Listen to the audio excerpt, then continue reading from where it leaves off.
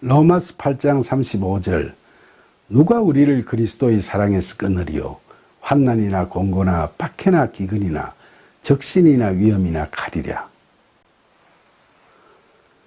바울은 로마교회 교인들에게 그 누구도 그들을 그리스도의 사랑에서 끊을 수 없을 것이라고 단언하고 있죠.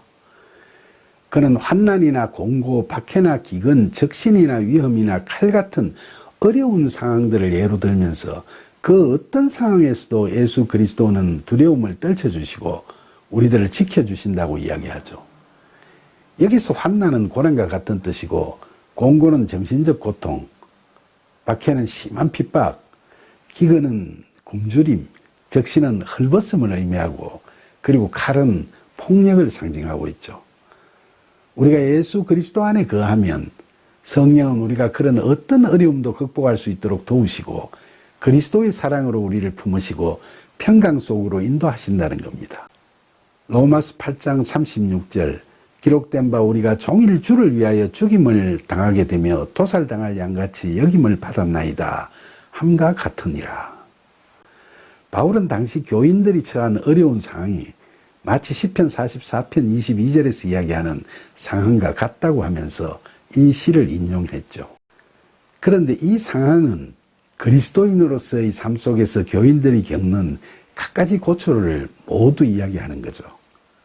교인들이 도살장에 끌려온 양같이 두렵고 고된 육체적, 정신적, 영적 시련과 고난 속에 빠져 있다고 하면 처참한 상황이지만 바울은 이런 상황에 처해 있는 로마 교회 교인들의 처량한 신세를 한탄하려고 이런 말씀을 하는 건 아니겠죠.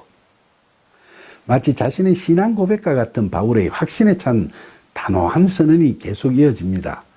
로마서 8장 37절 그러나 이 모든 일에 우리를 사랑하시는 이로 말미암아 우리가 넉넉히 이기느니라. 바울은 로마 교회 교인들이 이 어려운 상황을 어떻게 헤쳐나갈 수 있다고 이야기합니까? 이 말씀은 오늘날 우리 그리스도인들에게도 통일하게 적용되는 말씀이겠죠. 바울은 우리가 우리 스스로의 의지와 노력으로 이 상황을 극복해 나갈 수 있다고 이야기하고 있지는 않죠. 그는 우리가 우리를 사랑하시느니, 즉 하나님, 예수님, 성령님 바로 삼위일체 하나님의 사랑으로 말미암아 그 어려운 상황을 넉넉히 이겨나갈 수 있다고 확신하고 있습니다. 로마서 8장 38절 내가 확신하노니 사망이나 생명이나 천사들이나 권세자들이나 현재일이나 장래일이나 능력이나 로마서 8장 39절 높음이나 깊음이나 다른 어떤 피조물이라도 우리를 우리 주 그리스도 예수 안에 있는 하나님의 사랑에서 끊을 수 없으리라. 바울은 우리가 그리스도 예수 안에 거하면 어떤 어려운 상황이나 여건 또는 어떤 피조물이라도 우리에게 부어지는 하나님의 사랑을 우리로부터 끊어지게 할 수 없다고 확신하고 있죠. 우리를 어떠한 어림 속에서도 자유롭게 하는 진리는 다름 아닌 사랑의 힘이죠. 왜냐하면 하나님은 사랑이시기 때문이죠. 사랑은 우리를 거짓된 자아로부터 참된 자아로 해방시키죠. 우리 자신이 진리에 속하고 진리가 우리를 사로잡는 것은 오직 사랑이 우리를 사로잡고 그 사랑이 우리 자신으로부터 우리를 자유롭게 만들기 시작했을 때뿐이라고 할 수 있죠.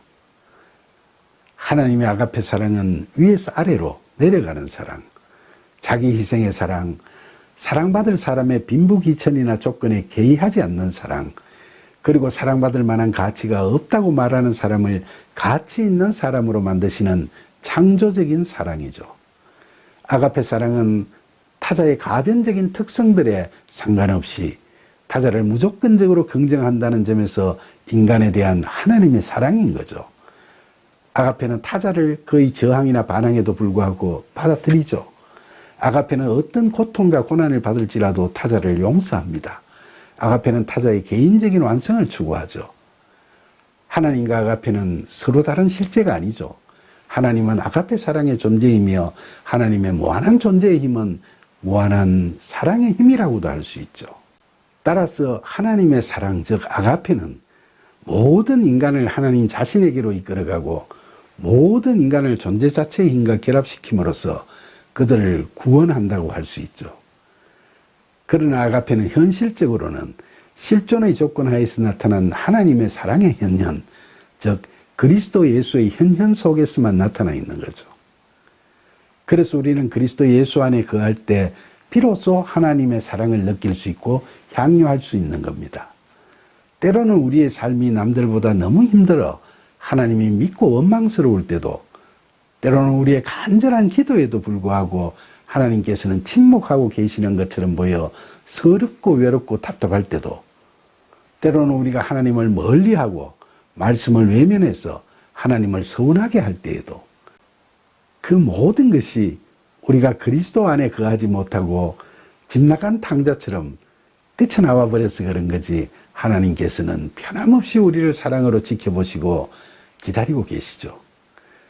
그러니까 우리가 그리스도 안에 거하면서 성령의 도우심을 통해 하나님의 아들의 형상을 본받아가는 삶을 살아가면 어떠한 상황이나 여건이나 어떤 피조물이라도 우리를 이처럼 변함없는 하나님의 사랑에서 끊을 수 없다는 겁니다.